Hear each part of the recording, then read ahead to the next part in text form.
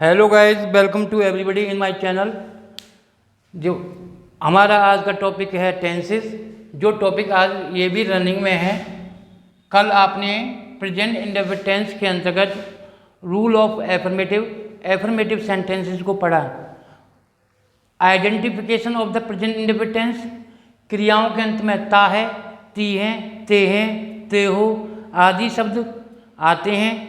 ये present indefinite tense की identification होती है। और प्रेजेंट इंडेफिनिट टेंस के अंतर्गत रूल ऑफ एफर्मेटिव सेंटेंसेस जो कल की वीडियो में आपको पढ़ाया गया। प्रेजेंट इंडेफिनिट टेंस के एफर्मेटिव में फॉर्मेशन ऑफ एफर्मेटिव, एक बार फिर रिपीट करते हैं। फॉर्मेशन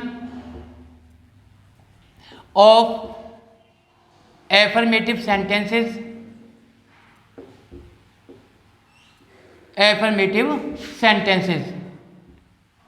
एफर्मेटिव वाक्यों को बनाने का रूल क्या है प्रेजेंट इंडेफिनिट टेंस के अंतर्गत। एक बार इसको फिर रिपीट करते हैं। सबसे पहले रखा जाता है सब्जेक्ट, उसके बाद मेन वर्ब। वाक्य में जो मेन वर्ब है, मेन वर्ब की उसमें फर्स्ट फॉर्म। सब्जेक्ट यदि सिंगुलर होगा तो वर्ब की फर्स्ट फॉर्म में एस या ईएस जोड़ते हैं, प्लस ऑब्जेक्ट प्लस ईटीसी, जो कि हमने कल पढ़ा। वे बाजार से आते हैं, क्रिया है आते हैं। तो ये प्रेजेंट इंडेफिनिट टेंस का आइडेंटिफिकेशन है कि वाक्यों की क्रियाओं के अंत में ता है, ती हैं, ते हैं आदि शब्द जब आते हैं वो वाक्य प्रेजेंट इंडेफिनिट टेंस की पहचान होती है। वीडियो को एफर्मेटिव सेंटेंस में इसलिए रिपीट किया गया है ताकि आज हम प्रेजेंट इंडेफिनिट टेंस के अंतर्गत रूल ऑफ नेगेटिव पढ़ने जा रहे हैं। तो एफर्मेटिव में सब्जेक्ट कौन बाजार जाते हैं? वे, जैसा कि कल बताया था दे। सब्जेक्ट का जो फॉर्मेशन है सब्जेक्ट प्लस मेन वर्ब, और मेन वर्ब क्या है? आते हैं, कम। अब सवाल ये कि इसमें एस या ईएस क्यों नहीं जुड़ रहा?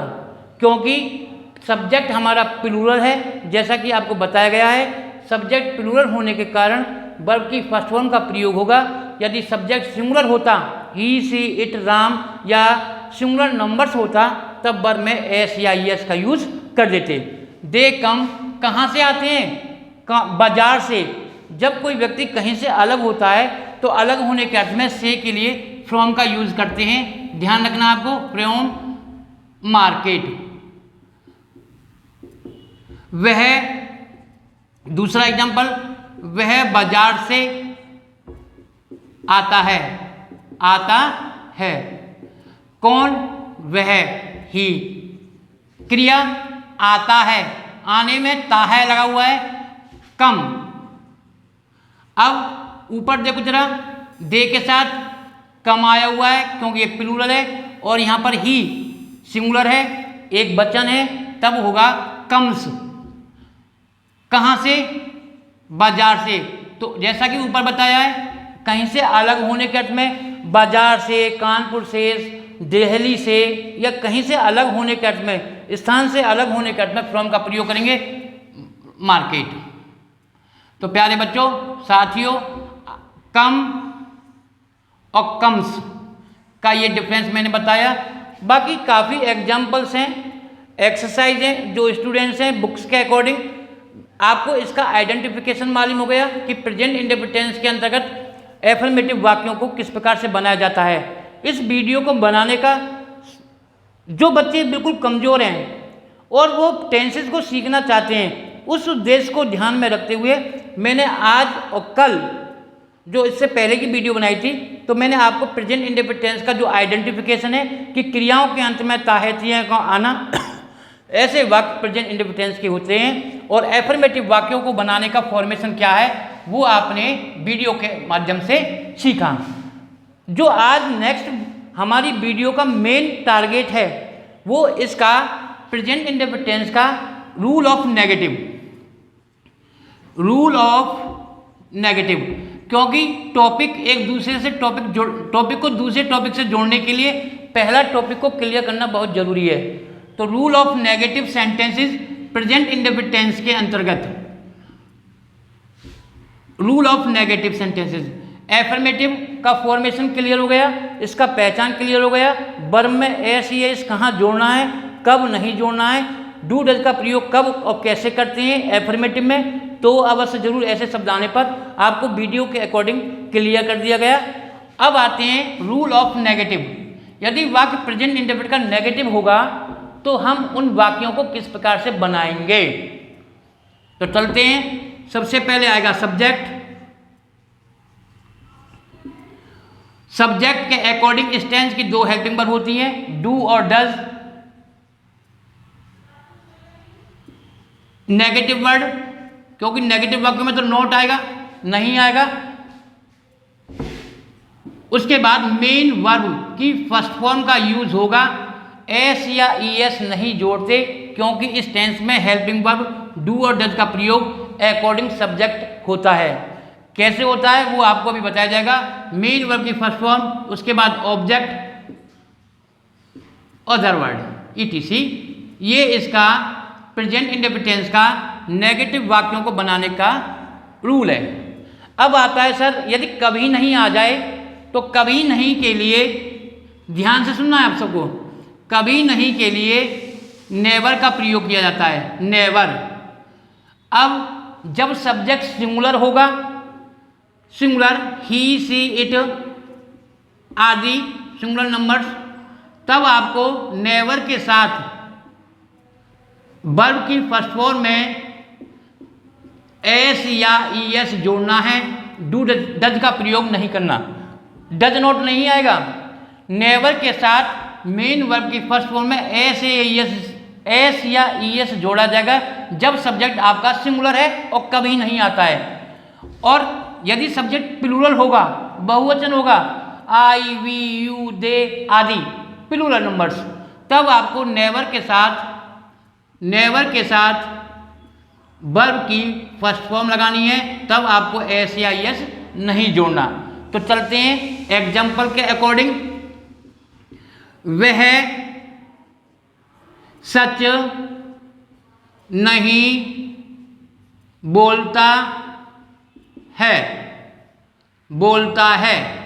पहचान, सेंटेंस किस प्रकार का है, सेंटेंस हमारा नेगेटिव है क्योंकि नहीं आया हुआ है, और टेंस हमारा कौन सा है, प्रेजेंट इंडेफिनिट, क्योंकि क्रिया जो है बोलता है इसमें ताहे आया हुआ है। तो प्यारे साथियों, बच्चों, अब इस प्रेजेंट इंडेफिनिट के नेगेटिव वाक्य को बनाने के लिए सब्जेक्ट जो हमारा रूल लिखा हुआ है उसके अकॉर्डिंग सब्जेक्ट आएगा। सब्जेक्ट कौन है, वह में ये देखा जाएगा कि जेंडर फीमेनाइन है या मैस्कुलाइन है। सच नहीं बोलता है पुल्लिंग है, मैस्कुलाइन, और सच नहीं बोलती है तो फीमेनाइन होता, तो वह की अंग्रेजी सी हो जाता। नहीं बोलती है और बोलता है तो जेंडर के अकॉर्डिंग वह की अंग्रेजी ही आ गया। रूल के अकॉर्डिंग डू या डज, कभी नहीं तो आ नहीं रहा, डू या डज। जब सब्जेक्ट सिंगुलर होगा और नहीं आ रहा है और प्रेजेंट हमारा प्रेजेंट इंडेफिनिट टेंस है, तब हमको सब्जेक्ट सिंगुलर के साथ डज नॉट ध्यान रखना है। जब सब्जेक्ट सिंगुलर होगा तो नहीं की अंग्रेजी के लिए टेंस प्रेजेंट इंडेफिनिट टेंस है, ताहती है, तो अब आपको सब्जेक्ट के बाद डज नॉट लगाना पड़ेगा। फिर रूल के अकॉर्डिंग चलते हैं।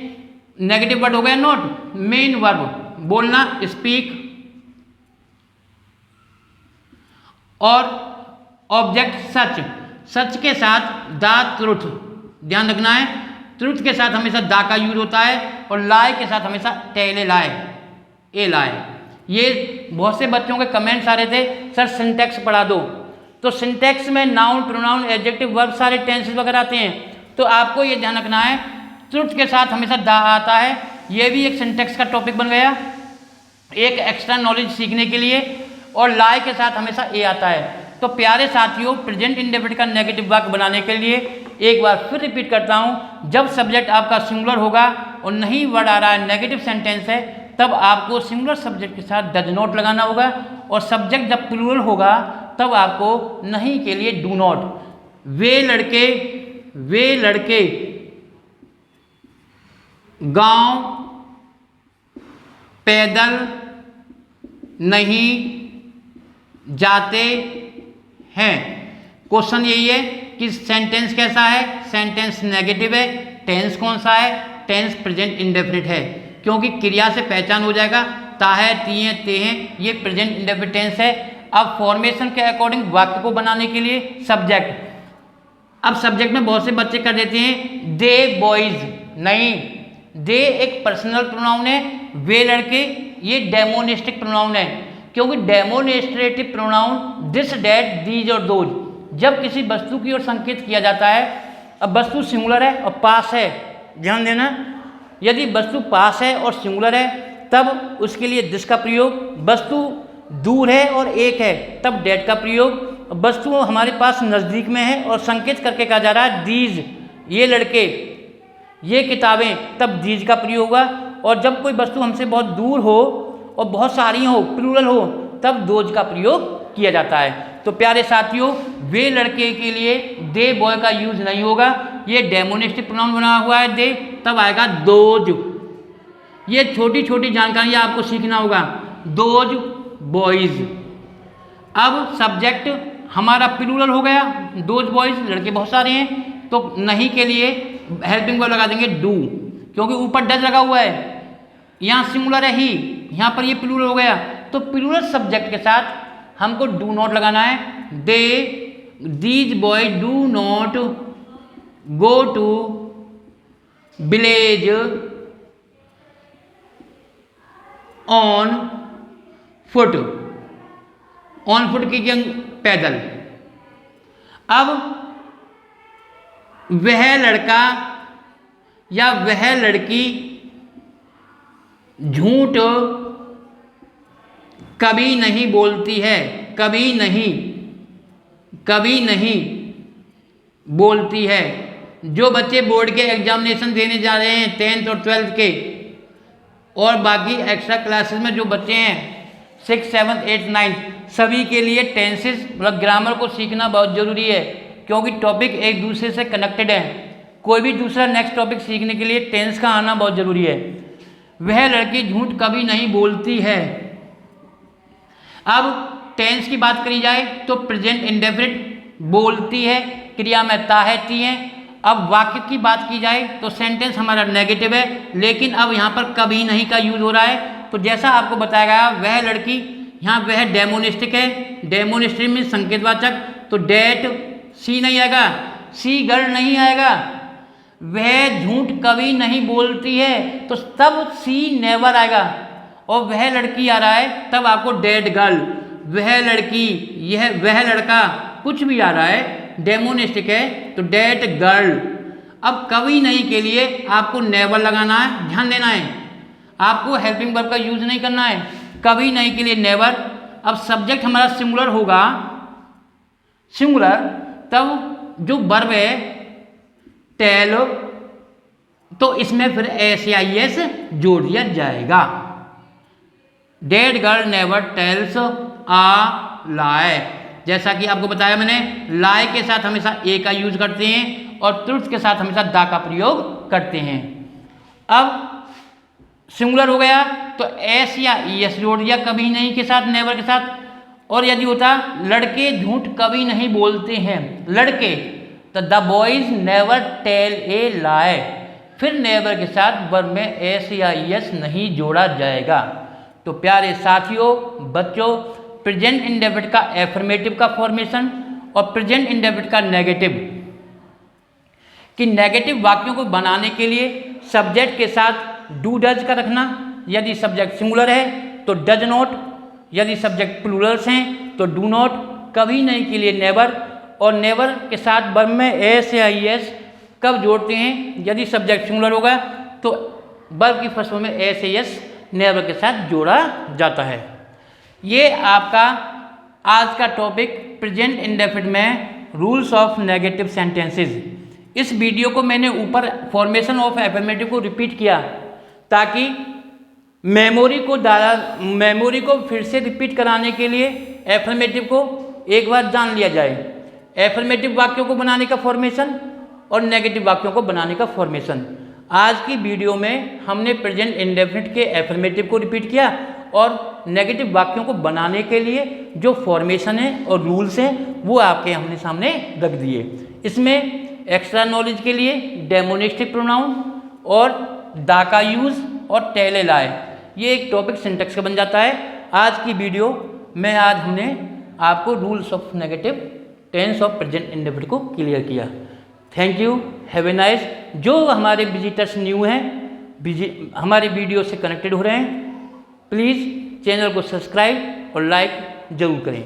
Thank you, have a nice day.